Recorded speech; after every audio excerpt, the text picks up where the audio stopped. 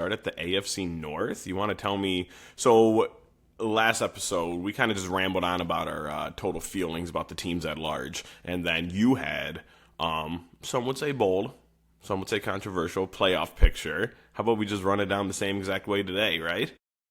Yeah, whatever you want to do, pal. AFC, the Perrier pitch. You have to make sure you get it like in frame. I'm not trying to. Should I do it off frame? You should not do it off frame. We need all the pitches we can get. We need to know that Perrier, they need to know that we're on their side, okay? Everybody needs a friend. Look for the helpers. AFC North. Zach, what teams are in the AFC North? Ravens, Bengals, Browns, Steelers. Are we still considering the Browns A an team? NFL team? They're close to being relegated. Wasn't there talk of them transferring to the Mountain West or something like that? How do we feel about the AFC? How do we feel about the AFC North? Let's start. What's the first one that you said? The Bengals. The Cincinnati Bengals. I think they're a playoff team. Your favorite team's favorite team. You think they're a playoff team? Man, they are fun to watch, aren't they? They're incredibly fun to watch. Like if I'm looking for some sort of neutral game, Joey Burr, Jamar Chase. There's reasons that they're fun. Unbelievable. There's fun. The reason that they're fun is because I do feel like the front office mismanages almost any sort of situation. Mm-hmm. So that's kind of fun, especially in the off season. But also, they might call you up to play defense at some time this season. So our viewers need to be aware that you might have to take a little hiatus. And every single game is going to be like 48-45, and Joe Burrow has 383 yards and airs it out 40 times a game. I think that's why they're fun. But you still 40? think they're a playoff team. Did I lowball it? I think it's that. Yeah, I would go 50 Av. 50 per game? Why not? I mean, I guess I think they'd want to avoid that if possible, but you just want to see him sling it. You just want to see Joey Burr sling it. But you still think that they're a playoff team? Yeah. Why? Because of Joe Burrow and Jamar Chase and T. Higgins and you just think Chase they're too Brown. big to fail on offense? Well, I mean, last year they were, they started off what was it, 0-4 or 1-3 or whatever, and Pretty bad. kind That's of why they're playing catch up all year. And I think if they can avoid, a slow start and we're doing the not an injury podcast, right? So I'm not. This is a world where we're not considering people getting hurt. Injury sliders are off in this franchise. And yes. yeah, I mean they were a borderline playoff team last year after starting off terrible. So as long as they can do that, then or just not start so poorly, then they should be a playoff team. Right. Did you see? So they are known for cold starts, right? And that's why they came out and they said that hey, Joe Burrow, Jamar Chase, they're going to be playing in the preseason to hopefully avoid that, right? But did you see that play of Joe Burrow? It's a preseason game. I think it was this past week. It's like the second quarter. Burrow's still in, and he scrambles. Yeah. Okay. He's running for his life against these string 2, string 3 defenders, and they just swarm him. And then he scrambles backward. He almost takes a safety, and three 300-pound men fall on top of him. And I'm like, dude, you're like Joe Burrow. You're not like Dylan Gabriel, fighting for a career. You're Joe Burrow. Just fall down. So even the commentators are like, dude, it's August. Go down. It's August. Bro's acting like it's January and just balling out. So there's our feeling on the Bengals. I think they're a playoff team. They're really fun to watch. How do we feel about the Pittsburgh Steelers? I've always been a Mike Tomlin fan. I think he's a guy I would want to play for personally, and he does have this playoff streak thing, and I think it ends this year. You think it ends this year? Yeah, or did they made it last year, didn't they? They did. Okay, yeah. So yeah, it's gonna end this year then, and that's mostly to do. You got to say it. Do we got to talk about it? Well, it's not just that Aaron Rodgers is an older guy, but DK Metcalf is is obviously, a freak. I mean, just look at him; he's nuts. Right. But I think their number two receiver is Calvin Austin, I was about to say, like, I don't think I could. I don't think I and could and name it. and Roman Wilson, who probably going to be, you know, a triple crown guy one day because of the Michigan connection. Oh, we should talk about Michigan too. That's another thing I was kind of pissed off about. Oh, you wanna quickly transition into Michigan? So, just real quick, because There's nothing quick with us. I don't know if you saw yesterday, but Urban Meyer. Did you hear? I Dude? did. Urban Meyer said, so for the listeners, Urban Meyer said that the NFL should suspend Jim Harbaugh based off of the sign stealing scandal with Connor Stallions in the stands with some sort of disguise, like he's like the Unabomber. Like, yeah, so Urban Meyer, of all people. Of all people to be outspoken about lack of punishment, bruh, you? Where has he gone where there wasn't scandal and controversy? He went to a certain bar, I feel like, in Ohio where he finger banged a co-ed, didn't he?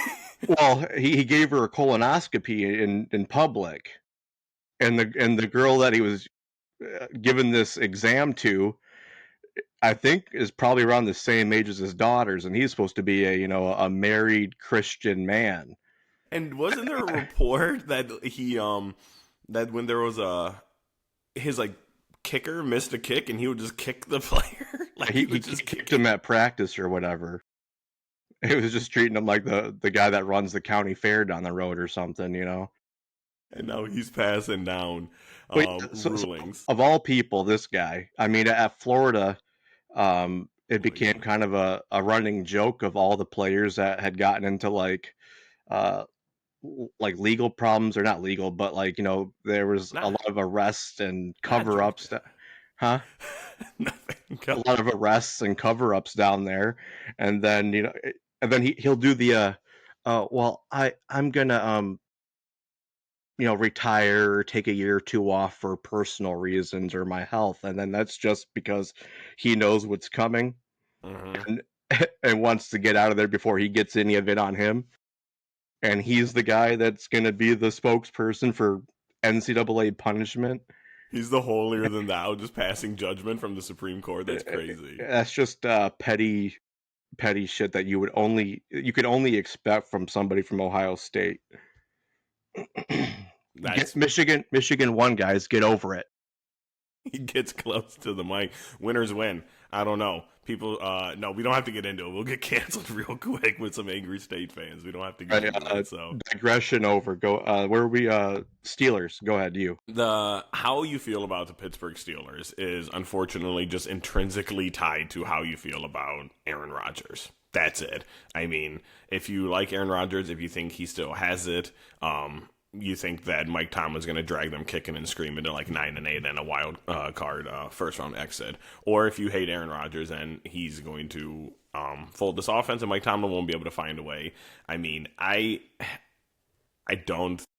I don't know. It's so hard because it's like you always got to bet, right? Like you don't have to like bet, but like Mike Tomlin has always made it happen. He made it happen with the Russell Wilson and Justin Fields experiment, and he still found a way to make it happen. Will he be able to this year? It's hard. It's hard to bet against him, but I don't think they're going to make it. If I had to say so, I don't think they're going to make it.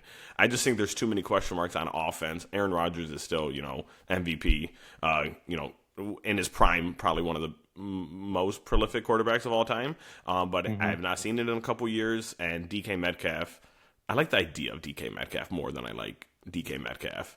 And then who's their running back? Didn't they get Caleb Johnson out of Iowa? Yeah, but I like him a lot. yeah, so do I. Like if he had so obviously for our league we do our rookie draft after the actual NFL draft, and Yeah. there was already yeah, there's already speculation um, right out the gate that the Steelers would kind of do a a two running back committee type thing, Hmm. but let Warren kind of be the because he's been in the league, I don't know how many years, but he's obviously Yeah, yeah. he's a More years under his vet belt than now. Caleb. Yeah.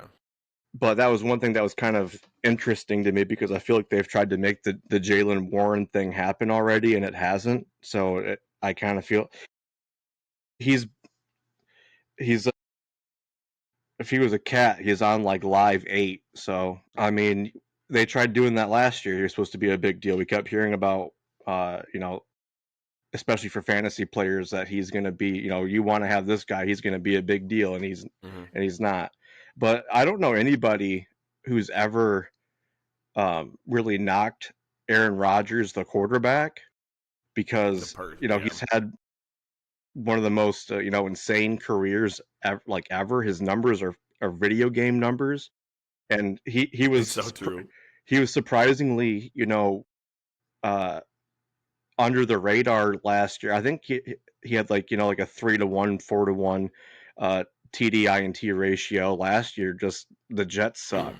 Well, because he won't try and make plays. He if he pads stats a little bit. That's all I'm gonna say. I agree. Like those the last two MVPs in Green Bay, I thought were like, he's not taking chances. He's throwing very safe balls, and I think he really cares about That that stat line. ratio, because he never wants to be the considered the reason they lost. And if you look at his stats and that's the problem that I kind of had with Shador Sanders. Just a little quick digression. It's in the same division, so I guess this one's a little bit more This would be a good warranted. segue. But my thing with Shador Sanders, you know, pre-draft, and some people having him way high and some people not, was the handful of Colorado games that I watched.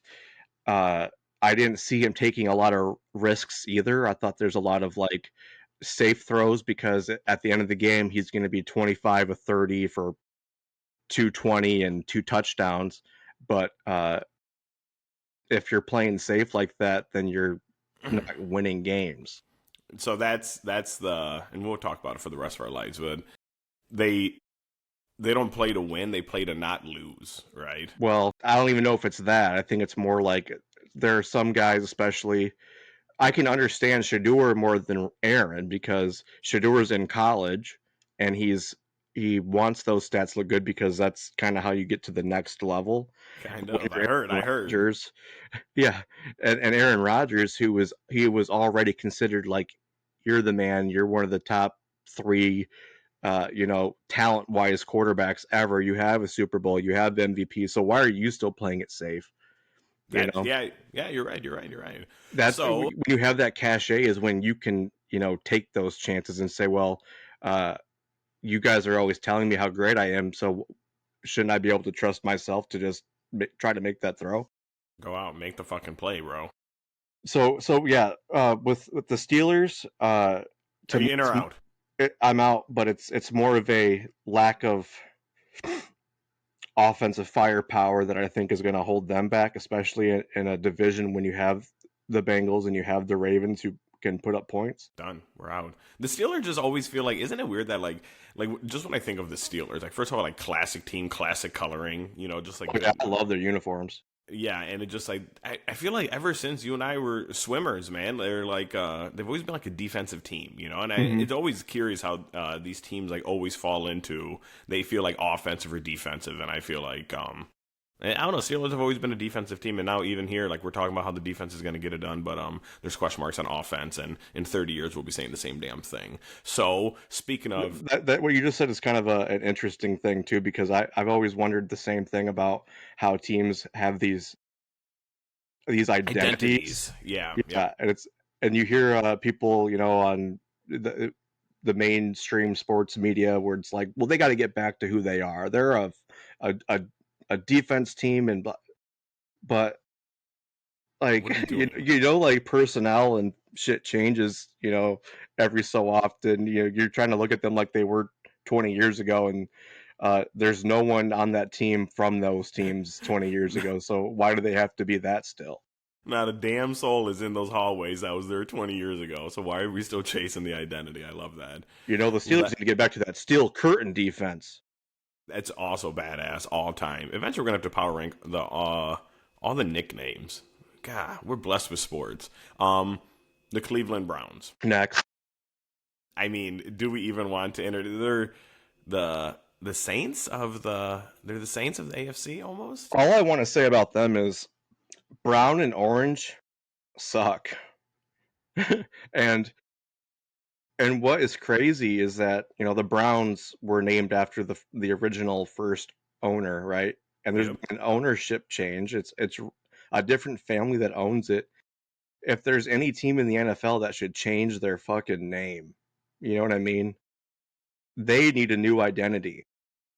Have you seen? Their colors are brown and orange. Their helmets are brown.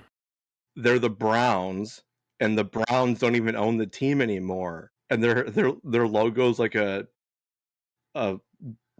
dorky leprechaun. Or is it a helmet or is it a dog? Yeah, what are you? It's like a Imagine identity crisis. imagine being the 1% of the 1% of the 1% and being able to start and own an NFL team, and you're in God's kingdom, and look at all the colors, and you're browsing the colors, And the NFL, yeah. and you're like I want brown, and the cashier's like for the color, and he's like you won't believe it. Can I do a twofer? That's so good. Brown and orange, dude. So like those are the two worst colors. Orange is a solid color. It's not top 5, Yeah. but it does not belong. We don't have to get into it. There's It's our the best fruit, orange is the best fruit? hands down. You're crazy. What's the best fruit? Bananas are pretty versatile. Yeah, right. They only taste good when they're paired with strawberry. Strawberry, historically overrated fruit. It's more of a Yeah, more because of a companion fruit. the artificial candy flavoring strawberry shit always tastes a lot better than actual strawberries. Do you know the story about banana flavored candy? No. So everybody says that banana flavored candy does not taste like bananas, right? So there used to be, so it's either Cavendish or Divalicci, and I'll make this quick, right? So there was a type of banana that was like super widespread. It was like the banana. That's all the bananas were, and it was either Cavendish or Divalicci, but they were prone to getting like fungus and like diseases, and they were really, really hard to upkeep, right? But everybody said they like tasted amazing. But so then as like farmers and industry and agriculture like booms, and they're like, hey, we need like a ton of bananas, right? And this is not sustainable. They did a new hybrid. They like did the seeds, like people smarter than me, and they made the new kind of modern banana, which is either Cavendish or Divalicci, that tastes different, but is easier to upkeep and maintain. The other one goes extinct, right? The other one, I don't think you can get it. It's like, it does not exist, right? That is what all the banana flavored stuff is flavored after. Is that kind of bananas. And that's why banana flavored stuff tastes different. This is for real, right? Look it up. And that is our political analysis on the Cleveland Browns. But the fact that you knew like the two different like or three different like variations or species of bananas is awesome. Yeah, Weird facts like that, and I've never heard or known that there were Really? different types of bananas. Is a plantain a banana?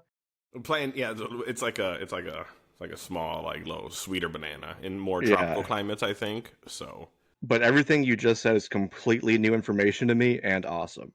well, of course, yeah. I'm a well of knowledge. I actually, little known fact, I ran a fruit podcast before this, and we ran out of stuff to talk about pretty quick. So I'm glad it's carrying me through the Cleveland Browns segment. The Ravens. How do we feel about them? They're in. They're in. They're of course in. So I'm also I've been a day one Lamar Jackson truther. Okay. Have you been? He is the most, besides Eli Manning, of course, the most disrespected football player of all time. I don't understand it. He has 2 MVPs. He has 2 MVPs, and all the nonsense from earlier in his career that's still kind of, it's a smaller segment now, but it still exists of people that say he's a running back is nonsense. It's bullshit. Okay. Lamar Jackson is a fucking freak. Not like he's got great football IQ. He makes great decisions, and there's nothing he can't do. And I'm glad I hitched my wagon to his a long time ago because he Mm-hmm. is phenomenal, and he's going to break through. He's going to be a champion. There's no doubt about it in my mind. And I think this year, I guess because we're Don't say the Cowboys thing. Don't say the Cowboys thing. You're gonna say this year is his year. I I'm going to I'm just say it now. I'm going to pick the Ravens as my Super Bowl champion this year. What?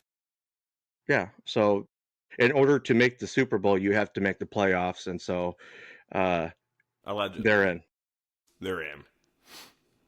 I for love me. that. And I think I I think I think for anybody. because they were great last year.